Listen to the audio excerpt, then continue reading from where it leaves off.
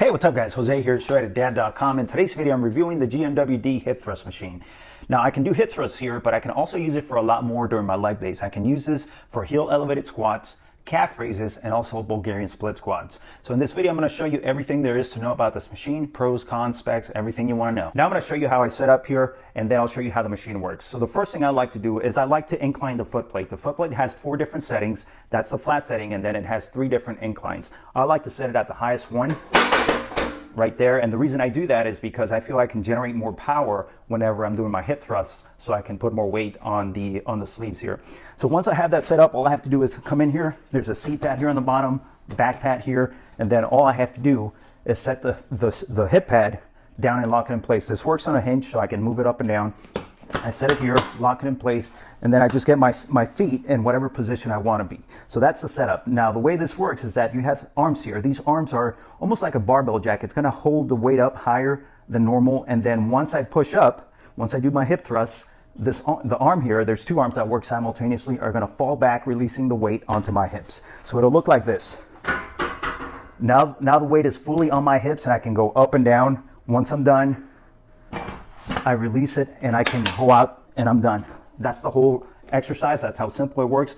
I kind of like this better than using a barbell just because the setup is very, very minimal. I just have to load the weight plates and I'm ready to go. With a barbell, I have to load each side on the barbell. I have to make sure that I set the bench in a correct position. And then I have to worry about the balancing of the weight plates or the whole barbell whenever I go real heavy. Over here, it's just load the weights and push up as much as I can. So for this, I like the setup. Now down here, there's handles where I can lift the machine so that I can roll it back and forth. But that's it for the foot plate. A lot of space, diamond plated to give you some grip, and it's all metal. I'm going to give you a closer look at the different pads on the machine here. So the first one here, this is the back pad. As you can see, it's dome shaped, and that feels a whole lot better than the edge of a weight bench. And also that curve helps me to flow easily through the exercise. Now this right here, this is the hip pad, and this is about 2 inches in thickness. It locks here on this side, and then over here on this side, there's a hinge where it's going to hinge open and close. And let me show you how that works actually. So I'm going to pull this up, and I'm going to open this up, and it hinges easily. And then once I'm done, or when I want to lock myself up, I just go in there, lock it in place, and that's all there's to it. Now another thing I like about this is that this rolls. So whenever I'm doing Bulgarian split squats on that thing, it flows easily with my foot too. So here's the sleeve, and this is actually the only plastic part in the whole machine. It's hard plastic, and the reason it's hard plastic is because this is actually adjustable. I can adjust this to fit Olympic size weight plates with the sleeve, or I can remove the sleeve, and there's an inside rod there that's 1 inch diameter for standard sized weight plates, so it fits both plates. So that's why they made that plastic. Now this thing is 9 inches in length. About 8 inches of that is usable, just because you don't want to put weights right on the edge there where they're going to fall off. And right next to the sleeves are the safety arms. These are the ones that are going to support the weight. They have rubber pads on here and a handle there that allows me to push it back this way whenever I'm done working out. Right here on the bottom, this is a depth limiter. This allows me to adjust the depth of the hip thrust. So I can basically release this knob here.